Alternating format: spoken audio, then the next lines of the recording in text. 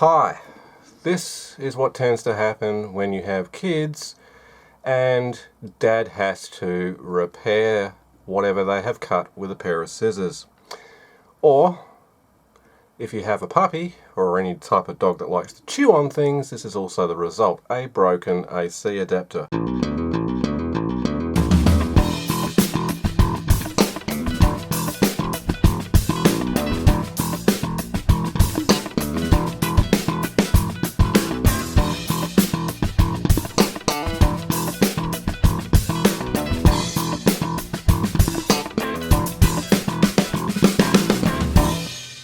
Now this comes off of a portable DVD player that you can buy from JCar for about 130 bucks. It comes with an AC adapter like this, plus one of those cigarette lighter plug-in adapters for your car.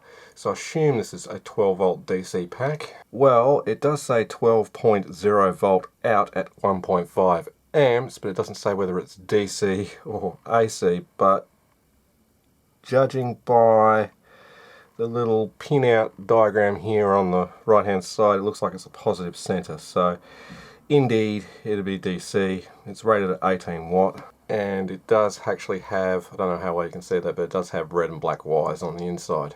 So all we need for this repair is a soldering iron, a few assorted pieces of heat shrink tubing, a cigarette lighter, you'll see why in a minute, solder obviously, and a Stanley knife. Now obviously this is only going to work if you've got a suitable length of cable here to work with. If it's right up at the end of the adapter, well, you could try cutting open the adapter plastic, putting on a new wire or whatever's left of the wire and re-gluing that back together, but yeah, that's kind of unsafe. And as we're working with DC voltages, this is perfectly safe. So I'm going to strip back about probably about the length of what I've cut here of my heat shrink for the inner wires by just rolling my Stanley knife over the top of the outside insulation and doing that to expose the two core wires on the inside. I'll do the same on the other end, about the same length, and my large black heat shrink is what's going to cover that gap, but I just need enough room on there to get my heat shrink on. In fact, it might be a bit too much heat shrink there, so I might be able to actually halve that anyway. Don't quite need that length heat shrink, so that's not relevant. Alright, so I do the same to the inner wires. I will carefully strip them.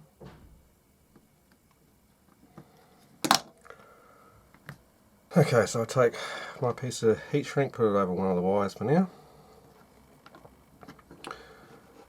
and I will twist these together. Now you might be asking, is this going to look ugly? Probably. My soldering iron decided to turn off.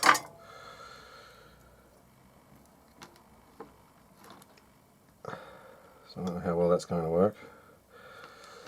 It's been a while since I've repaired a wire or tried to join a wire this way. I think I'll just leave it like that. It should be perfectly fine.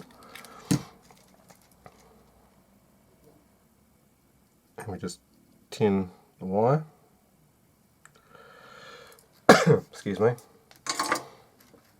Yeah, that's perfect. What I might do is I might trim that back with a pair of side cutters, just so there's not so much length there.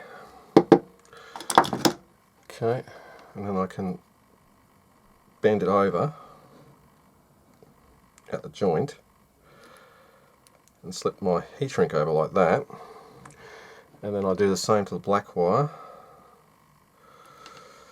and make sure that you actually get the black wire to the black wire and the red wire to the red wire. Obviously I didn't mention that because otherwise it'll be the incorrect polarity and things will start blowing up, and that's not what we want. We want to repair stuff, not blow stuff up. I mean, if you are interested in people like Electroboom who intentionally blows things up, then fine, but I'm not trying to intentionally blow things up. Okay, so I forgot to put the heat shrink on. I did the one thing that you shouldn't do. bollocks. So I'm going to have to start again. How many of you are actually screaming at the screen saying I forgot to do something? I even forgot to put this one on. So we'll put that one on there like that. I'll restrip these, put the heat shrink on, and I'll get up to the stage where I was before I made the up. Okay, we've got that done now. And some of you may be asking, why didn't you just edit that bit out and make it look like I knew what I was doing? Well, I do know what I'm doing, but I'm only human after all. Don't put your blame on me. Anyway, and this is what the lighter is for, just to help melt the heat shrink.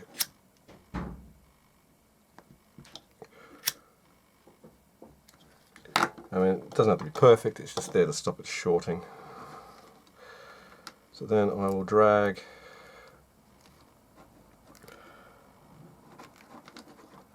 this over the top. I don't think this heat shrink's actually quite big enough for the task. I might be able to get it in there.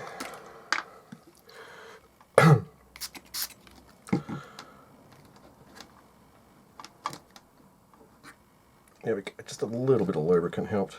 Now that's going to set on fire when I heat it with the lighter, so I'm going to let that dry. I'm not getting the flame too close to the wire because it will melt it. I just want the heat shrink to shrink, that's all I want.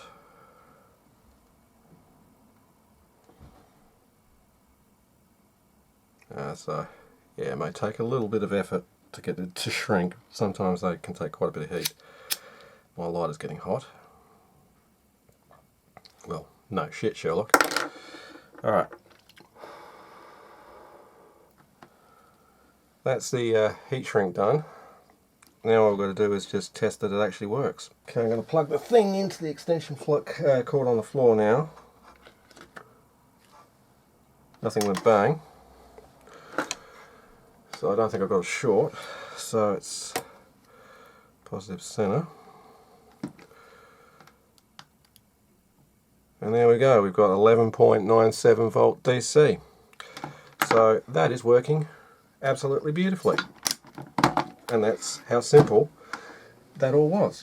So if your kids or your dog decides to chew on your cable or cut it off with a pair of scissors, don't throw it out and buy a new device, because it's going to be probably difficult locating an adapter with that exact plug on it unless you find a universal one.